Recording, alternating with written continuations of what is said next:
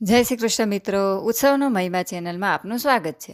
મિત્રો, એ વ્રત જીવવ્રત વ્રત અષાઢ વદ તેરસથી શરૂ કરીને અષાઢ વદ અમાસ સુધી કરવાનું હોય છે.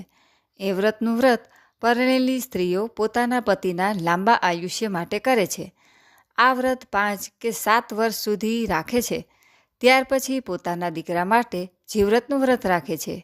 એવું કહેવાય છે કે જીવે ત્યાં સુધી માતા પોતાના બાળક માટે આ વ્રત રાખી શકે છે. આ વ્રત અષાઢ વદ તેરસથી અમાસ સુધી કરવાનું હોય છે.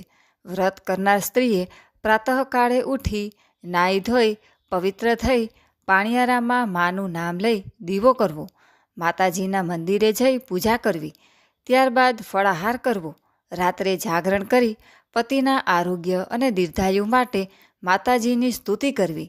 આમ આ વ્રત 5 વર્ષ સુધી કરવું, ત્યાર પછી ઉજવવું.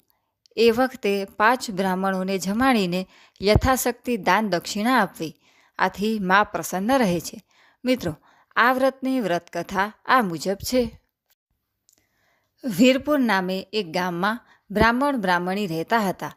બ્રાહ્મણ ખૂબ જ વિદ્વાન અને સંતોષી જીવ હતો, જ્યારે બ્રાહ્મણી અસંતોષી હતી, કારણ કે તેના એકના એક પુત્રનું ભવિષ્ય જોશીએ એવું ભાખ્યું હતું કે તમારો દીકરો કુંવારો રહેશે ત્યાં સુધી તમારો છે, પણ એ જે દિવસે પરણશે એ જ દિવસે તેનું મૃત્યુ થશે. બસ આ જ વાતથી બ્રાહ્મણીને અસંતોષ રહ્યા કરતો હતો. પરંતુ કાળક્રમે તે આ બધું ભૂલી ગઈ. એ દંપતીએ દીકરાને ખૂબ સારી રીતે ભણાવી ગણાવી મોટો કર્યો અને ઉંમરલાયક થતાં તેના લગ્ન એક સુંદર કન્યા સાથે કરી દીધા. લગ્ન થયા પછી જાન પાછી ફરી, પરંતુ રસ્તામાં અચાનક મુશળધાર વરસાદ તૂટી પડ્યો. સૌ કોઈ વરસાદથી બચવા ગાડામાંથી ઉતરી અને દોડાદોડ કરવા લાગ્યા. વર કન્યા પણ એકબીજાનો હાથ ઝાલી અંધારામાં માર્ગ કરતાં કરતાં આગળ વધવા લાગ્યા. એવામાં અચાનક ક્યાંકથી સાપ આવી ચડ્યો અને વરરાજાના પગે ડંખ મારીને અંધારામાં અદૃશ્ય થઈ ગયો.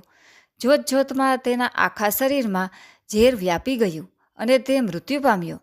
આ દ્રશ્ય જોઈ વહુ રોકકળ કરવા લાગી અને તેના પતિના મૃતદેહને લઈ અને મંદિરમાં જઈ અને માના પગથારે કલ્પાંત કરવા લાગી. આ મંદિરમાં 4 દેવીઓનો વાસ હતો: એ વ્રતમાં, જીવ્રતમાં, જયામાં અને વિજયામાં. અત્યારે આ 4 દેવીઓ ફરવા ગઈ હતી. અડધી રાત્રે એ વ્રતમાં પધાર્યા. તેમણે મંદિરના દ્વાર અંદરથી બંધ થયેલા જોઈ અને ગુસ્સો વ્યક્ત કરતાં કહ્યું, મંદિરના દ્વાર કોણે બંધ કર્યા છે? અંદર જે હોય તે બહાર નીકળો, નહીતર હું શ્રાપ આપીશ. અંદર બેઠેલી વહુ આ સાંભળી અને ગભરાઈ ગઈ અને ખોળામાં રાખેલા પતિના મસ્તકને નીચે મૂકી કમાળ ઉઘાડવા ગઈ. તેણે કમાળ ઉઘાડીને જોયું તો સામે સાક્ષાત માતાજી ઊભા હતા. માતાજીને જોઈ વહુ રડી પડી અને તેમના પગમાં પડી તેમને પોતાની વિતક કથા કહી સંભળાવી. આથી માતાજીને તેના પર દયા આવી. તેમણે કહ્યું, જો દીકરી, તું મારું કહ્યું માનીશ તો તારા પતિને હું જરૂર સજીવન કરીશ. વહુએ ડોકી હલાવી હા પાડી. ત્યાં જ તેના પતિએ જરાક પડખું ફેરવ્યું. એટલી વારમાં માતાજી મૂર્તિમાં અદૃશ્ય થઈ ગયા. વહુ બિચારી ફરી વિલાપ કરવા લાગી. થોડી વાર થઈ હશે ત્યાં જીવ્રતમાં પધાર્યા. તેમણે પણ મંદિરના દ્વાર બંધ જોઈ શ્રાપ આપવાની વાત કરી. આથી વહુએ ફરીવાર મંદિરના કમાળ ઉઘાડ્યા.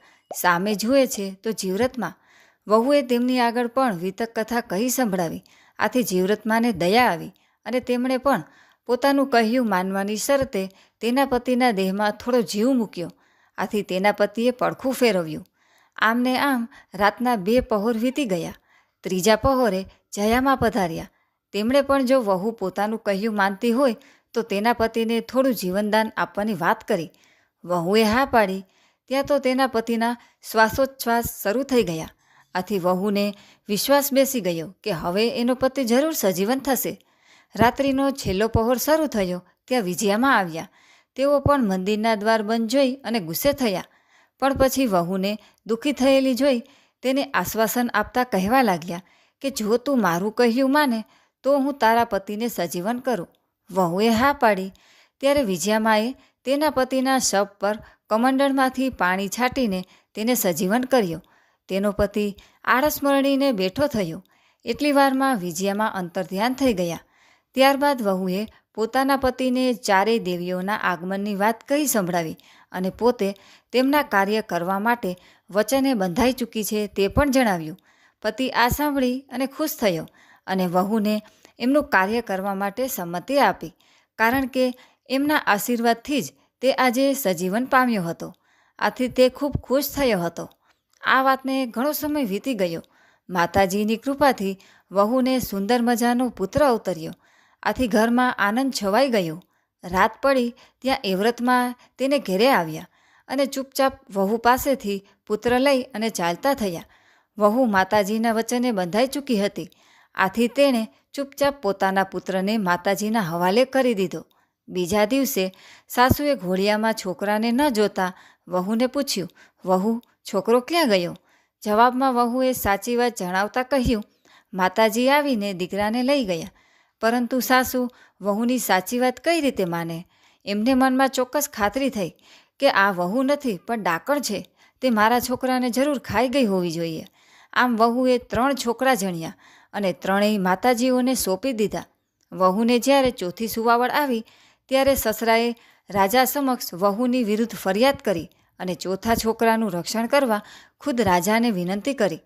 રાજાને પણ તેમની વાતમાં રસ પડ્યો અને તેઓ ખુદ ચોકી પહેરો ભરતા ખુલ્લી તરવાર લઈ અને ત્યાં બારણા આગળ બેઠા. રાત પડી ત્યાં વિજયામાં આવી અને ઊભા રહ્યા અને સૌને નીંદરમાં નાખી વહુ પાસેથી છોકરાને લઈ અને ચાલતા થયા. આ બનાવથી રાજા પણ વિસ્મય પામ્યો. રાજા જ્ઞાની હતો. તેને જાણ થઈ ગઈ કે જરૂર આમાં કોઈ દેવીનો ચમત્કાર હોવો જોઈએ. વહુનો આમાં જરાય વાંક નથી. ત્યારબાદ 5મી પ્રસૂતિ વેળાએ વહુને દીકરી અવતરી.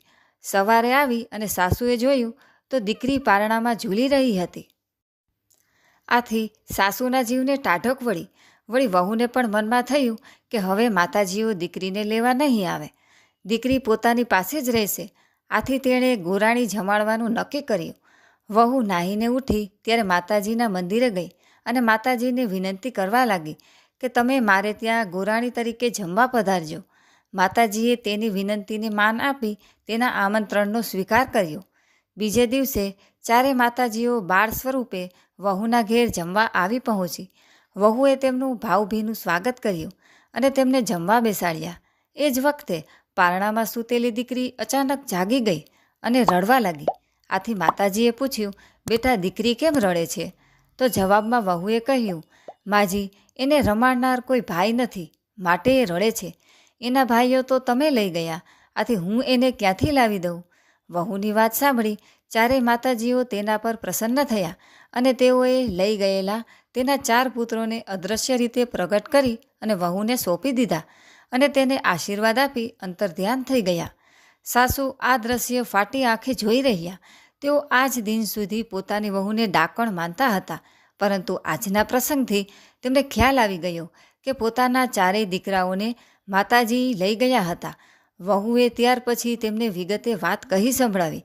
આથી તેઓ વહુ પર ખૂબ ખુશ થયા અને તેના ગુણ ગાવા લાગ્યા. ગામમાં આ વાતની ખબર પડતા સૌ સ્ત્રીઓ વહુ પાસે દોડી આવી અને વ્રતની વિધિ જાણી લઈ અને એવ્રત જીવ્રતનું વ્રત કરવા લાગી. હે માતાજીઓ, જેવા તમે વહુને ફળ્યા એવા તમારું વ્રત કરનાર અને કથા વાર્તા સાંભળનાર સૌને ફળજો અને સૌને સુખ શાંતિ આપજો. તો મિત્રો, આજના વિડીયોમાં આપણે એવ્રત જીવ્રત વ્રતની વિધિ અને વ્રત કથા સાંભળી. વિડીયો પસંદ આવે તો લાઈક કરી મિત્રો સાથે જરૂરથી શેર કરજો. અમારી ચેનલ જો સબસ્ક્રાઈબ ન કરી હોય તો સબસ્ક્રાઈબ કરવાનું ભૂલશો નહીં. સર્વે ભક્તોને મારા જય શ્રી કૃષ્ણ.